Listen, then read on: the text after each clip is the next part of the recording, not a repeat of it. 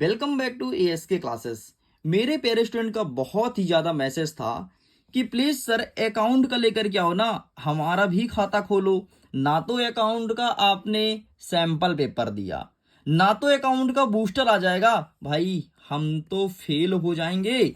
बहुत सारे स्टूडेंट लिख रहे थे कि सर अगर अकाउंट का बूस्टर डोज नहीं आया तो भाई हमारे तो काम ही खत्म हो जाएंगे। सर प्लीज़ अकाउंट का बूस्टर डोज लेकर के आइए। एंड फाइनली अब तुम्हारे सामने आ चुका है बूस्टर डोज। अगर तुमने अकाउंट का पेज भी नहीं पलटाया है, ये बूस्टर डोज पेपर फोड़ने में हेल्प करेगा।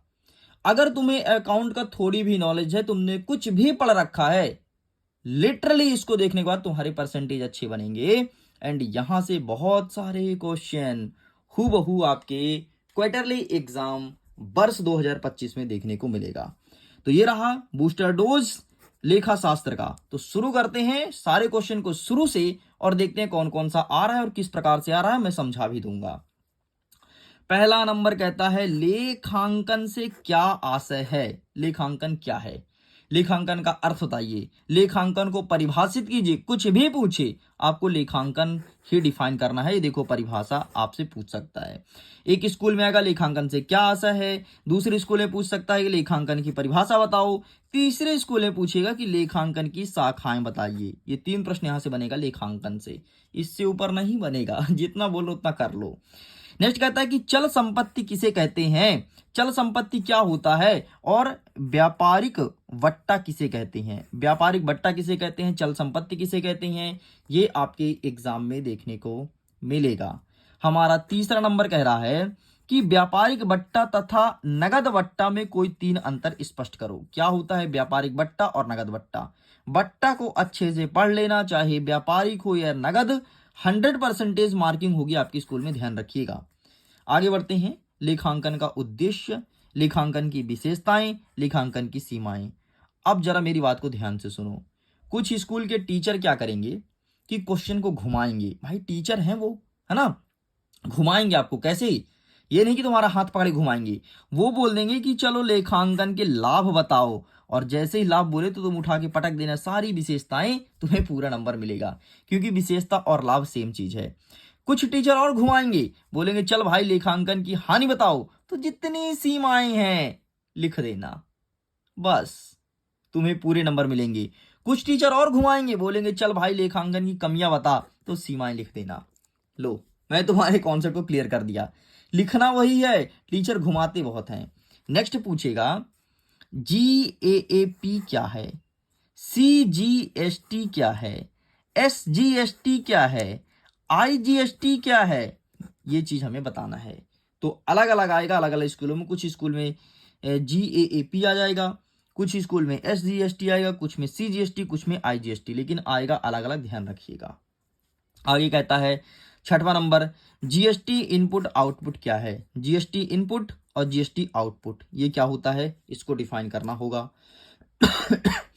आगे हमारा सातवां नंबर कहता है लेखांकन प्रमाप की 4 विशेषताएं लिखनी है, या फिर लेखांकन प्रमाप की 4 लाभ लिखनी है। 4 नंबर का प्रश्न बनेगा। लेखांकन प्रमाप की 4 विशेषताएं, 4 लाभ, ये क्वेश्चन रहेगा 4 नंबर का। ध्यान रखिएगा मेरे शेर और शेरनियों।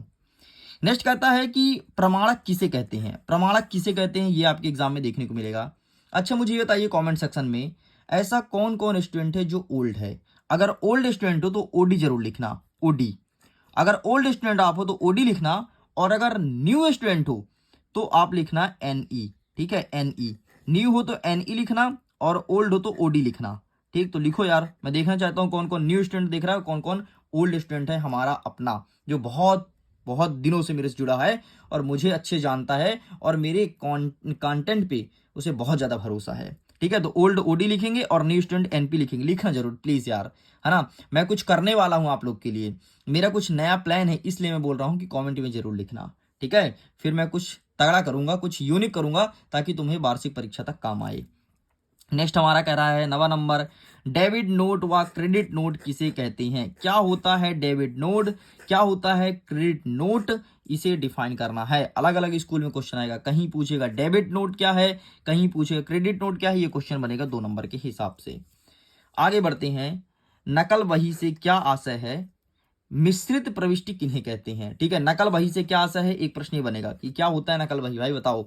और मिश्रित प्रविष्टि किसे कहते हैं, ये भी देखने को मिलेगा। आगे बढ़ते हैं 11 नंबर, खतौनी से क्या आशय है, या फिर खतौनी का अर्थ स्पष्ट करो, ये हमारे एग्जाम में आ रहा है। आगे बढ़ते हैं 12 नंबर कह रहा है कि मूल प्रलेख एवं प्रमाणक में कोई 3 अंतर लिखो। मूल प्रलेख एवं प्रमाणक में कोई 3 अंतर लिखो, ये हमारे एग्जाम में देखने को मिलेगा। फिर से सुन लो ध्यान से, मूल प्रलेख एवं प्रमाणक में कोई 3 अंतर लिखो। नेक्स्ट कहता है 13वां नंबर, नकल बही और खाता बही में 4 अंतर लिखो। क्या होता है नकल बही, क्या होता है खाता बही, इसमें 4 अंतर आपको लिखना है और एग्जाम में आएगा। कुछ स्कूल में तो अलग अलग आएगा, कुछ स्कूल में केवल ये पूछेंगे वहां की सर कि नकल बही क्या होता है समझाइए, कुछ स्कूल में पूछेंगे खाता बही क्या है समझाइए, और कुछ स्कूल में अंतर आएगा। तो कैसे क्वेश्चन बन रहा है सब मैं बता रहा हूं, समझते जाइएगा। नेक्स्ट कहता है 14 नंबर कि खाता बही और खतौनी के नियम लिखो। खाता बही अगर तुम्हें ओपन करवाना है, खतौनी ओपन कराना है, खतौनी लिखाना है, तो उसका रूल्स क्या होता है, इसके विशेषताएं क्या होती है, इसके लाभ क्या होते हैं। ठीक, विशेषता और लाभ सेम चीज है, ध्यान रखिएगा, मैंने पहले ही डिस्कस कर दिया है। 15 नंबर कहता है क्रय खाता बनाइए। ठीक, ऐसे विक्रय खाता पर भी प्रश्न पूछा जा सकता है, लेकिन ये हाई रिकमेंडेड क्वेश्चन है, बहुत सारे स्कूल में आने की संभावना है, इसलिए यहाँ पर मैंने लिख दिया, पूरा वैल्यू भी एडेड है। ठीक है, ऐसे क्वेश्चन देखने को मिलेगा और 1-2 प्रश्न आएगा। ठीक है, 2 या फिर आई थिंक 3 आ रहा है, लेकिन ऐसे क्वेश्चन आएंगे भाई, तो प्लीज सॉल्व कर लेना। ऐसे क्वेश्चन को मैं लिख के कम लाया हूं, लेकिन ऐसे क्वेश्चन एग्जाम में देखने को मिलेगा, तो अभी आप इसे प्रिपेयर कर लो। ठीक है, बाकी कुछ और भी देख लीजिएगा समय बचे तो। आगे बढ़ते हैं 16 नंबर कह रहा है कि खुदरा रोकड़ वही क्या है। खुदरा रोकड़ वही क्या है, इसे डिफाइन करना है।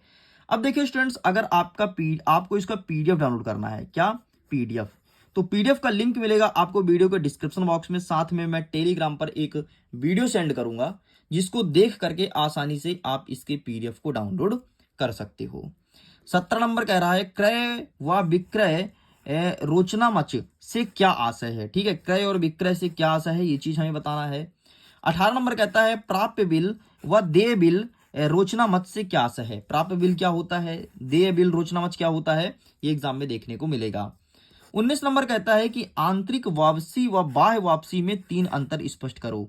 क्या होता है आंतरिक वापसी, क्या होता है बाह्य वापसी, यहां से क्वेश्चन हमारे एग्जाम में आएगा। 20वां नंबर कह रहा है कि सहायक बही के 3 लाभ बताओ। ठीक है, क्या होता है सहायक बही, इसके 3 लाभ बताना है। 21 नंबर कह रहा है कि खुदरा रोकड़ वही के 4 लाभ बताइए। ठीक है, क्या होता है खुदरा रोकड़ वही, इसके 4 लाभ बताना है, प्रॉफिट। नेक्स्ट कहता है कि खातों को संतुलित किस प्रकार से करते हैं। ठीक है, अगर तुम्हें अकाउंट का मैनेज करना है तो अकाउंट का मैनेज कैसे करोगे, उसका स्टेप बाय स्टेप बताना है तुम्हें, है ना। ये सब क्वेश्चन का आंसर तुम अपने से लिख सकते हो यार, तुम्हारा अकाउंट तो होगा ना बैंक में, तो तुम अपने खाता को मैनेज कैसे करते हो, बस वही तो तुम्हें लिखना है। आगे बढ़ते हैं, नेक्स्ट क्वेश्चन कहता है 23वां नंबर की विक्रय बही का लेन देन का लेखा संबंधी सवाल देखने को मिलेगा विक्रय बही से। ठीक है, और क्रय बही का भी देख लेना प्लीज, बस इतना आपको प्रिपेयर करना है, इसके सवाल एक बार देख लीजिएगा। तो लीजिए मेरे प्रिय विद्यार्थी, आपके सामने लेखा शास्त्र का बूस्टर डोज आ चुका है एग्जाम में तबाही मचाने के लिए। अगर आपने सारे क्वेश्चन को अच्छे से कर लिया तो डेफिनेटली एग्जाम को फोड़ दोगे, नहीं करोगे तो फिर आपकी गलती है। अभी समय बहुत है, समय का सही तरीके से सदुपयोग करो और अब सब कुछ पढ़ना बंद करो, केवल लेखा शास्त्र की इन क्वेश्चन को अच्छे से प्रिपेयर करो। मैं वीडियो एंड करता हूँ, थैंक्स फॉर वॉचिंग। खुश रहिए, पढ़ते रहिए, मुस्कुराते रहिए, बाय बाय।